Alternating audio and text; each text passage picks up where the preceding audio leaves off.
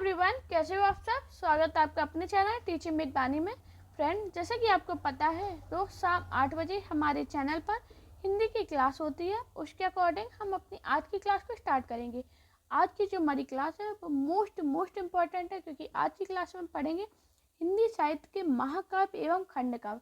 Paper में बहुत पूछे जाते हैं कौन सा महाकाव्य किसका है, कौन सा खंडकाव्य किसका है और किस युग का है। तो आपको आज मैं सब पढ़ाऊंगी एक क्लास में, तो वीडियो को लास्ट तक जरूर देखना।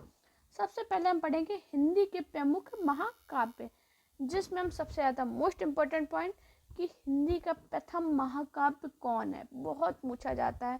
तो आपको याद रखना दोस्तों, चंद्रवरदायी कृत पृथ्वीराज रासो को हिंदी का प्रथम महाकाव्य कहा जाता है। तो आपको मैंने क्या बताया, चंद्रवरदायी कृत पृथ्वीराज रासो को हिंदी का प्रथम महाकाव्य कहा जाता है। अब हम पढ़ेंगे पद्मावत किसका महाकाव्य है। तो आपको याद करना, मलिक मोहम्मद जैसी का पद्मावत महाकाव्य है, और जो कि पेपर में बहुत बार पूछा गया है। आज जितने भी मैं पढ़ा रही हूँ क्लास, ये ज़्यादातर पेपर में सभी पूछे गए और इम्पोर्टेंट है पॉइंट। हमारा अगला पॉइंट रामचरितमानस। बहुत बार पूछा गया है कि रामचरितमानस किसका महाकाव्य है। तो आपको याद रखना है ये तुलसीदास का है। पद्मावत से तो बहुत क्वेश्चन बनते हैं, आपने खुद सॉल्व भी किए होंगे, पेपर में बहुत बार पूछा गया। पद्मावत है वो किसका महाकाव्य है। तो आपको याद रखना मलिक मोहम्मद जैसी का, रामचंद्र का। तो दोस्तों आपको याद रखना रामचंद्र का एक महाकाव्य है, और ये किसका महाकाव्य, आचार्य केशव दास का।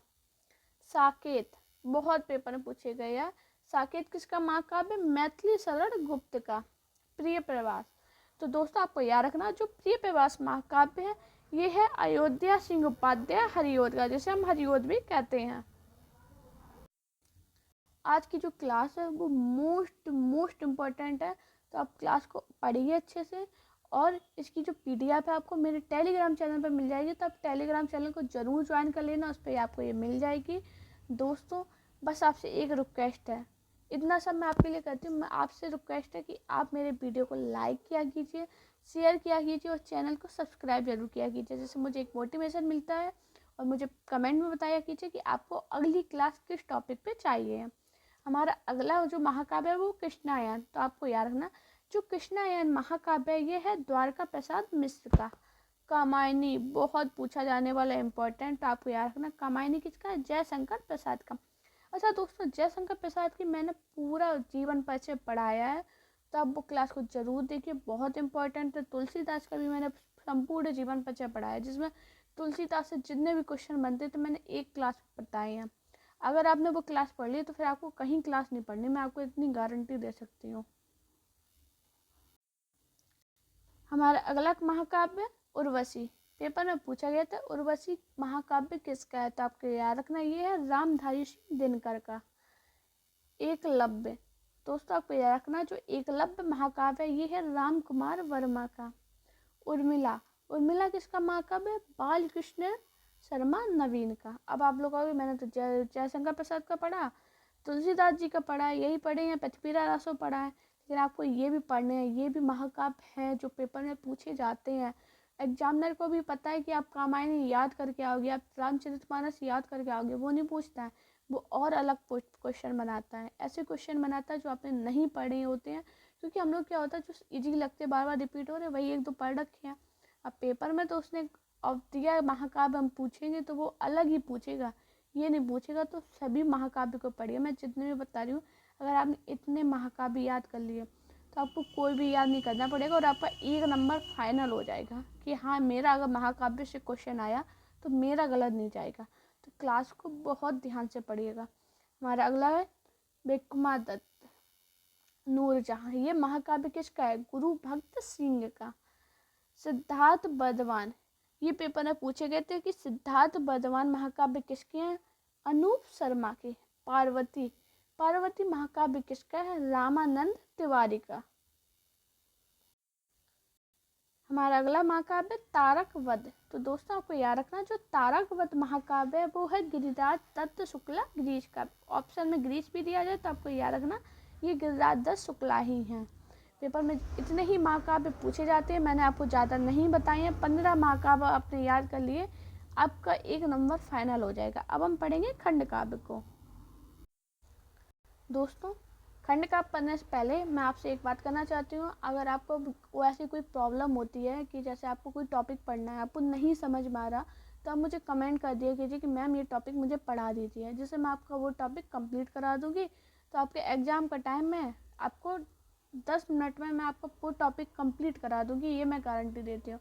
साथ में अगर आप मुझे नहीं कर पाते हो कमेंट, तो आप मेरे टेलीग्राम चैनल पे या इंस्टाग्राम पे मुझे कमेंट कर दिया कीजिए, मैसेज किया कीजिए कि मैम ये टॉपिक मेरा कंप्लीट करा दीजिए, मैं आपको करा दूँगी। तो आप मुझे टेलीग्राम इंस्टाग्राम दोनों पे मुझे फॉलो कर लीजिए। अब हम पढ़ेंगे आदिकाल में रचित खंड काव्य।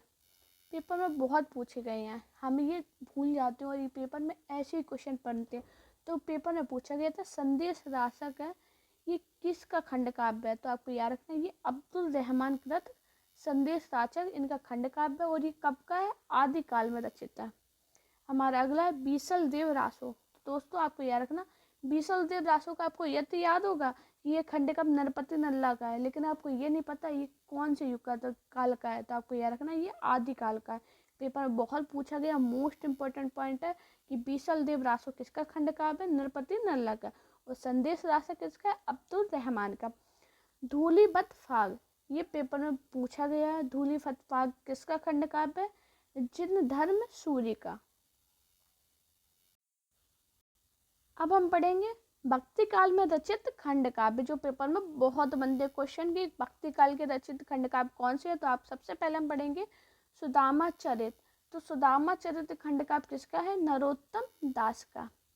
भंवर गीत, रुक्मणी मंगल, पेपर में पढ़े होंगे, अगर आप प्रीवियस से लगाते हो तो आपको इन क्वेश्चन का सामना जरूर हुआ होगा। तो आपको याद रखना भंवर गीत, रुक्मणी मंगल जो खंड काव्य है ये है नंददास के। अब आएगा पार्वती मंगल, जानकी मंगल। तो आपने ये मैंने तुलसीदास के जीवन परिचय में पढ़ा है, मॉक टेस्ट में भी कराया। तो आपको याद रखना जो पार्वती मंगल जानकी मंगल खंड काव्य ये है तुलसीदास जी का। अब हम पढ़ेंगे रीति काल में रचित खंड काव्य। तो इसमें पढ़ेंगे पद्माकर विरचित हिम्मत बहादुर वृद्धावली आधुनिक काल में के खंड काव्य है, और ये है किसके? भारतेंदु युग के। अब हमारा इम्पोर्टेंट पॉइंट श्रीधर पाठक, बहुत बार पूछा गया कि श्रीधर पाठक का खंड काव्य कौन सा है जो रीति काल में रचित है। तो आपको याद रखना एकांतवासी योग, पेपर में बहुत बार पूछा गया एकांतवासी योग किसका है। तो आपको याद रखना श्रीधर पाठक का। और एक बार ऐसे भी क्वेश्चन बना कि श्रीधर पाठक का रीति काल में रचित खंड काव्य कौन सा है।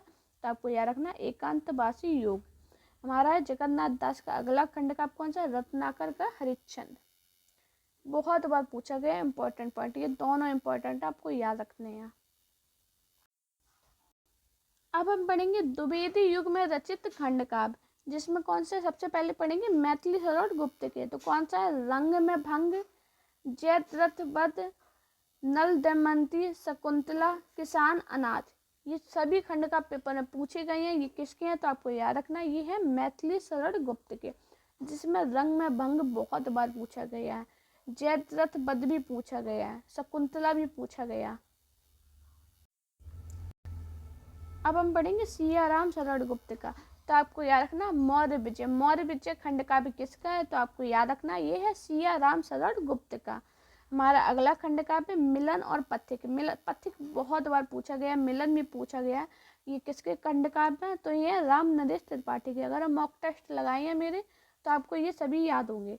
हमारी आत्मार्पण, तो आत्मार्पण जो खंड काव्य है ये है द्वारका प्रसाद गुप्त का द्विवेदी युग में रचित खंड काव्य।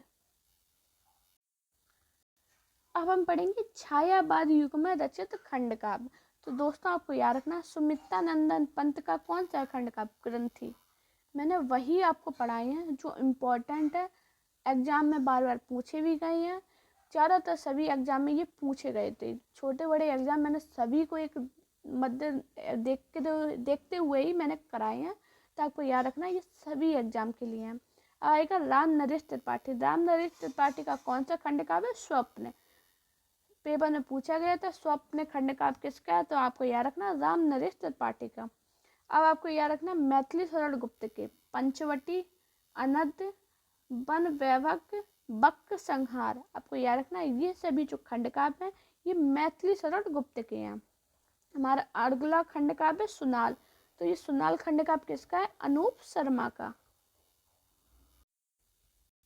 हमारा अगला जो खंड काव्य है वो है आत्मोत्सर्ग, तो आपको याद रखना ये किसका है? सियाराम शरण गुप्त का। अब इम्पोर्टेंट, मोस्ट इम्पोर्टेंट, तुलसीदास खंड काव्य किसका है? तो आपको याद रखना जो तुलसीदास खंड काव्य है ये है सूर्यकांत त्रिपाठी निराला का। कीचक वध, तो आपको याद रखना दोस्तों जो कीचक वध खंड काव्य है ये है शिवदास गुप्त का। कंसवध, ये भी बहुत बार पेपर में पूछा गया, मोस्ट इम्पोर्टेंट है, तो आपको याद रखना कंसवध किसका है? श्यामलाल पाठक का। अभिमन्यु वध, ये भी मैंने आपको मॉक टेस्ट में कराया था, आपको याद रखना अभिमन्यु वध किसका है? रामचंद्र शुक्ल का। प्रवीण प्रताप किसका है? गोकुल चंद्र शर्मा का। दोस्तों अब हम पढ़ेंगे छायावादोत्तर युग में विरचित खंड काव्य, जिसमें हम पढ़ेंगे नाहुस, करविला, नकुल, हिंडवा। तो आपको याद रखना ये जितने भी खंड काव्य हैं ये हैं मैथिली शरण गुप्त के। हमारा अगला और इम्पोर्टेंट, काफ़ी बार पेपर में पूछा गया, परिणाम पर किसका खंड काव्य? बाल कृष्ण नवीन का। कुणाल, ये तो बहुत बार पूछा गया, मोस्ट इम्पोर्टेंट है, तो आपको याद रखना कुणाल खंड काव्य किसका है? सोहन लाल द्विवेदी का। कुरुक्षेत्र, ये भी बहुत इंपॉर्टेंट है, पेपर में बहुत बार पूछा गया है, तो आपको याद रखना जो कुरुक्षेत्र खंड काव्य है ये है रामधारी सिंह दिनकर का। जय हनुमान किसका है? श्याम नारायण पांडे का। ये भी इम्पोर्टेंट है, ये समझ लो ये जितने भी हैं ये सभी इम्पोर्टेंट ही हैं। हमारा अगला खंड काव्य है कैंते कथा, तो आपको याद रखना ये किसका है? उदय शंकर भट्ट का। चंदेरी का जौहर, मोस्ट इम्पोर्टेंट है, काफ़ी बार मॉक टेस्ट में कराया। चंदेरी का जौहर किसका है? आनंद मिश्रा का। प्रयाण किसका है? गिरिजा दत्त शुक्ला या ग्रीश का। कदम कदम बढ़ाए जा, मोस्ट इम्पोर्टेंट, पेपर में काफ़ी बार पूछा गया, कदम कदम बढ़ाए जा खंड काव्य किसका है? तो किसका है? गोपाल प्रसाद व्यास का। भोजराज किसका है खंड काव्य? डॉक्टर रुसाल का। संशय की एक रात, मोस्ट इम्पोर्टेंट, आपको याद रखना संशय की एक रात खंड काव्य किसका है? नरेश मेहता का। दोस्तों अगर आपको मेरी वीडियो पसंद आए तो वीडियो को लाइक, चैनल को सब्सक्राइब, अपने दोस्तों के साथ वीडियो को शेयर कीजिए। साथ में आप मेरा टेलीग्राम अकाउंट टीचिंग विद बानी को जरूर ज्वाइन कर लेना, जिस पे आपको ये PDF मिल जाएगी। आप टेलीग्राम अकाउंट के साथ साथ मुझे इंस्टाग्राम अकाउंट पर भी फॉलो कर सकते हैं। मेरा इंस्टाग्राम अकाउंट है वानी शर्मा ऑफिशियल। दोस्तों अपना प्यार और सपोर्ट चैनल पर चिपकर बनाए रखिए। Thank you guys watching this video.